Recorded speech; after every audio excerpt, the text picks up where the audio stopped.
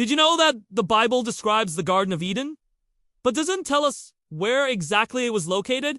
And why is that? Do you think maybe they knew the location but decided to keep it secret? Or was the location intentionally erased from certain translations of the Bible? Today we're going to take a look at these clues and find out what we can learn from them. Make sure to watch till the end because I will be sharing one very shocking discovery that will definitely surprise you. So if you're ready, let's get started. The first clue that the Bible gives us is in Genesis chapter 2, verse 10. And a river flowed out of Eden to water the garden, and there it divided and became 4 rivers, the names of which were Pishon, Gihon, Tigris, and Euphrates. Now it is written that 2 of them flow over the entire earth still. And I believe that's the Tigris and the Euphrates, which, if you look on a map today, you will indeed see them there. And 2 rivers that have dried up. Now, many scholars agree that Eden was likely located in Mesopotamia, the land between these 2 rivers, present-day Iraq, because those 2 rivers that have dried up are believed to be the Piscean. But here's the thing. If that is true, then there are 2 possible explanations as to why the names of these rivers were erased from the Bible. The first one is called the Great Flood Hypothesis. This hypothesis says that the Great Flood described in Genesis changed the terrain so much that it buried or completely erased Eden. In other words, when you look at the map, the garden is still there, but it's underwater. This hypothesis also says that the Piscean and the Gibeon did exist, but the flood caused them to dry up. And again, you can look at a map and see that these 2 rivers don't exist anymore. The second one is called the Theological Hypothesis, and it comes to us from the book of Enoch, more specifically, the Jubilees. And this one says that Eden was removed. To be more precise, it says that Eden was sealed so that no human could enter, but it still exists. However, it exists in a spiritual dimension. Here's what it says. And the angels took measurements and set limits around the Garden of Eden. And the Lord commanded me, saying, Mark these places, take a memorial stone, and put it here, so that when the righteous of the world will go forth and enter into the garden of delight, they will know the place of the garden, and will not stray from it in their way to the east. For the Lord made a wall around the garden eastward, and he placed cherubim on the right side, and a flaming sword which turned and flashed to guard the way of the garden. So according to this explanation, Eden was not destroyed, but rather it was kept hidden away until the end of the world. Only the righteous will know where to find it. In the meantime, though, the garden served as a collective memory of humanity, reminding people of their origin, their expulsion, and their need to return. But there's also something else I want to add here. Many scholars say that in ancient times, the term Eden didn't necessarily refer to a place, but rather to a paradise, an earthly paradise. And if that's true, then this would mean that there were multiple Edens all across the world. Because remember, the word Eden simply means paradise, a place of bliss, of peace, of communion with God. So if that's the case, then the only Eden that would have been removed is the original one, the one that Adam and Eve lived in. The earthly Edens, they would have remained. But moving on, let's talk about geography. Where exactly was this Eden located? Well, most scholars agree that it was somewhere in southern Iraq, although some believe it was in Armenia or Iran. Others believe that it was where Noah's Ark was anchored after the flood, where Mount Ararat is. But there's one piece of archaeological research that I want to share with you, and it comes to us from the city of Eridu, the oldest city in Mesopotamia, 3000 BC. It's believed that in this city was the biblical Eden.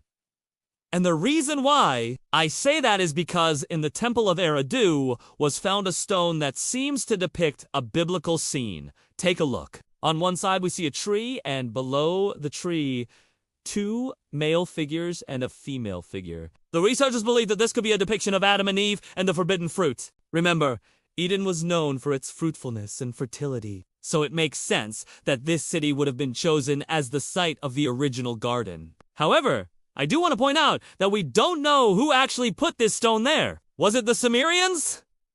Was it the Akkadians? We simply don't know. It could have been anyone. And what do we know about these ancient people? Well, we know that they were polytheists and that they worshipped nature.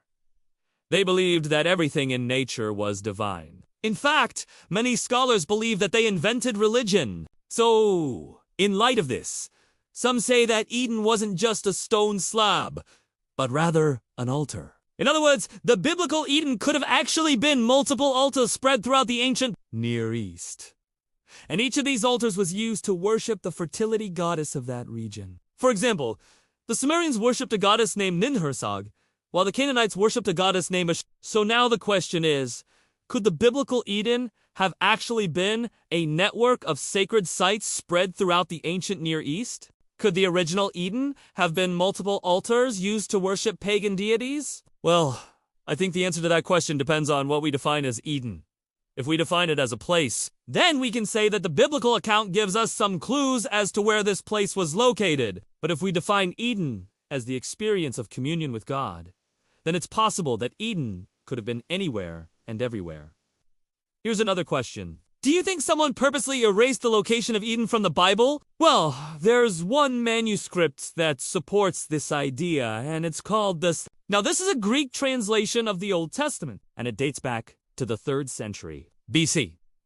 Now, in this translation, we read that the river that flowed out of Eden to water the garden was actually called the Euphrates. Now, why would they change the name of the river that flowed out of Eden? Well, it's possible that they wanted to distance the pagan traditions associated with the river from the worship of Yahweh. Remember, the term Eden meant paradise in ancient times, and the Greeks had their own version of paradise. It was called the Garden of the Hesperides, the place where the golden apples grew. And if you think that's far-fetched, listen to this. The philosopher Strabo wrote in his geography that the Indians told him that the Garden of Eden was located somewhere in the mountains of the moon. He even went as far as to say that he had seen the spot where the tree of life grew. So it's clear that in ancient times, the concept of Eden wasn't unique to the Jews. Other cultures had their own versions of it. So maybe the translators of the Septuagint wanted to make it clear that the Eden of the Jews was different from the Eden of the Greeks. Maybe they wanted to erase any similarities, so that the pagans would try to infiltrate the garden and corrupt it. After all, the garden was supposed to be a place of purity, a place where only the righteous could enter. And who were the righteous? Well, the righteous were those who believed in Yahweh, who followed his laws, and who worshipped him alone. So if you were a Jew, you weren't allowed to enter the garden if you didn't believe in Yahweh. And if you were a pagan, you weren't allowed to enter if you tried to sneak in. And that brings us to the last clue, and it's found in Genesis 3:24. And he drove out the man. He made it to the east of the Garden of Eden, cherubim and a flaming sword which turned and flashed to guard the way of the Garden of Eden.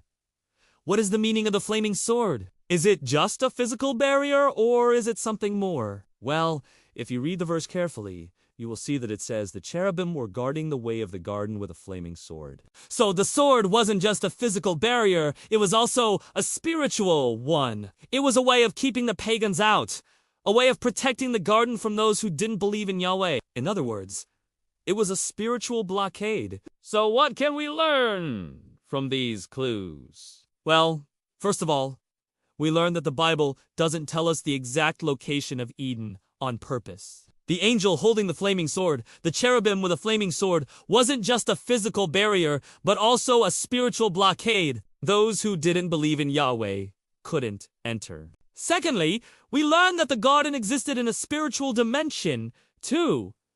Only the righteous would know where to find it. And thirdly, we learn that Eden still exists today. Just like Jesus said in Matthew 8:17, "Here are 3 parables for you. Just as Jonah was in the belly of the fish 3 days and 3 nights, so the Son of Man will be in the heart of the earth." So where is Eden today? Well, some say it's in the 3rd heaven, like Paul saw when he was caught up to the 3rd heaven. Others say it's in the New Jerusalem, where God will restore Eden, as it says in Revelation 22:1. Then the angel showed me the river of the water of life, bright as crystal, flowing from the throne of God and of the Lamb. So Eden still exists, but it's not on a map. It's in the hearts of those who believe in Jesus. It's a spiritual Eden, an eternal Eden. What do you think? Let me know in the comments below. If you enjoyed this video, please give it a thumbs up. And don't forget to subscribe for more videos like this. Thanks for watching, and I'll see you next time.